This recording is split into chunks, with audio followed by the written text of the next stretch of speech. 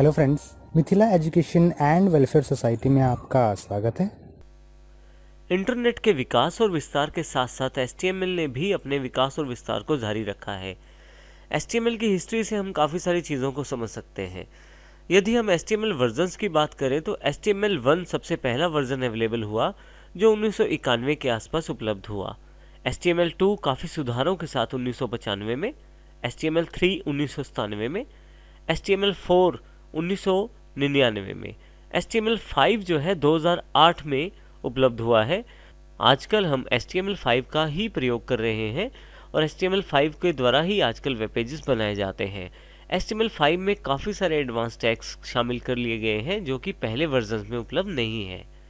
लेकिन HTML के विस्तार के साथ साथ ये समझना ज़रूरी है कि ब्राउज़र का विकास भी हुआ है, अर्थात पिछले कुछ वर्षों में ब्राउज़र ने भी अपने आप को उन्नत किया है। जैसे आप यदि यहाँ देखें तो इंटरनेट ब्राउज़र के कुछ वर्जन्स दिए गए हैं। जो सबसे पहला वर्जन 1995 में लॉन्च हुआ है, तो इसी तरह से 2015 में इंटरनेट एक्सप्लोरर का 11वां वर्जन भी उपलब्ध हो गया है। और अभी हाल के पिछले वर्ष में माइक्रोसॉफ्ट द्वारा माइक्रोसॉफ्ट एज का बिल्कुल एक नया ब्राउज़र बहुत सारी नई फैसिलिटियों के साथ भी लॉन्च किया गया है, जो कि विंडोज़ 10 में शामिल किया गया है। और यदि हम यहाँ इंटरनेट की दुनिया में देखें तो इंटरनेट एक्सप्लोरर के साथ साथ काफ़ी सारे और ब्राउज़र्स भी उपलब्ध हुए हैं, जिनमें मुख्य हैं Netscape navigator, Google Chrome, Mozilla Firefox और ओपेरा ब्राउज़र। तो HTML के विकास के साथ साथ ब्राउज़र्स ने भी अपने काफ़ी सारे वर्जन पेश किए हैं, जिनमें काफ़ी सारी चीज़ें नई जुड़ी हैं, जैसे कि एक्सटेंशन जैसी काफ़ी सारी नई एडवांस चीज़ें भी उसमें उपलब्ध हैं। ब्राउज़र्स काफ़ी सारी कंपनियों के अलग अलग प्रोडक्ट हैं और HTML की कंपैटिबिलिटी को ध्यान में रखकर बनाए गए हैं। जैसे ही कोई नया ब्राउज़र बाज़ार में लॉन्च होता है तो उसमें HTML के नए वर्जन्स को ध्यान में रखते हुए काफ़ी सारी चीज़ें शामिल की जाती हैं। यहाँ पे एक मुख्य बात और है, वो है डिवाइसेस का विकास।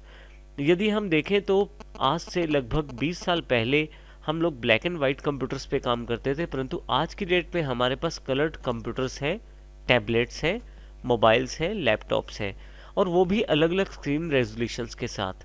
जैसे कि यहाँ नीचे दी गई पिक्चर में एक मोबाइल है जिसमें छोटी सी स्क्रीन है, जबकि टैबलेट पीसी में स्क्रीन बिल्कुल अलग है। इसी तरह से डेस्कटॉप भी काफ़ी सारी स्क्रीन पे उपलब्ध है और लैपटॉप भी।